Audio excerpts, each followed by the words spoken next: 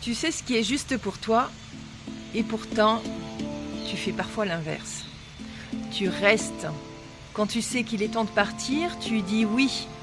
Quand tout ton corps dit non, tu continues une habitude qui te fait du mal. Tu repousses une décision que tu sais devoir prendre et à chaque fois, ce n'est pas seulement une question de choix, c'est une question de confiance. Parce qu'à force de ne pas s'écouter, à force de se trahir, à force de faire passer autre chose avant soi, on commence à perdre confiance en sa propre parole. On ne croit plus vraiment ce que l'on ressent. On ne croit plus vraiment ce que l'on sait.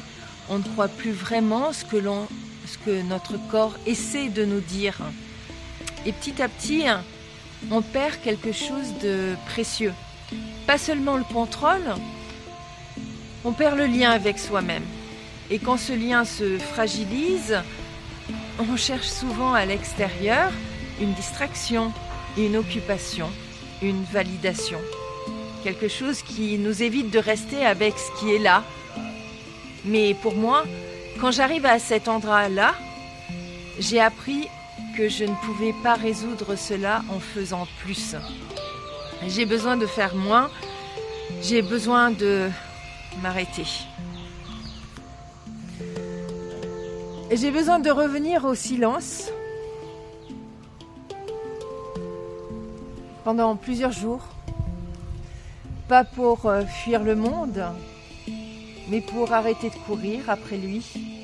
Parce que dans le silence, quelque chose devient accessible. Quelque chose que je ne peux pas entendre quand je suis prise dans le bruit du quotidien. Le bruit des obligations, le bruit des attentes, le bruit des écrans, le bruit des opinions, le bruit de ce monde qui cherche constamment à capter notre attention.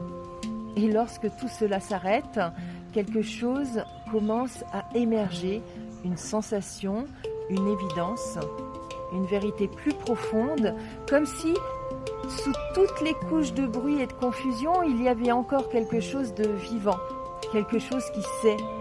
Le silence m'offre un espace pour écouter, un espace pour ressentir, un espace pour me reconnecter à ma propre fréquence, à ma propre résonance, à cette partie de moi qui sait déjà, et chaque fois que je lui donne du temps, quelque chose se réaligne, comme si je revenais à la maison, comme si je retrouvais un fil que j'avais perdu en chemin.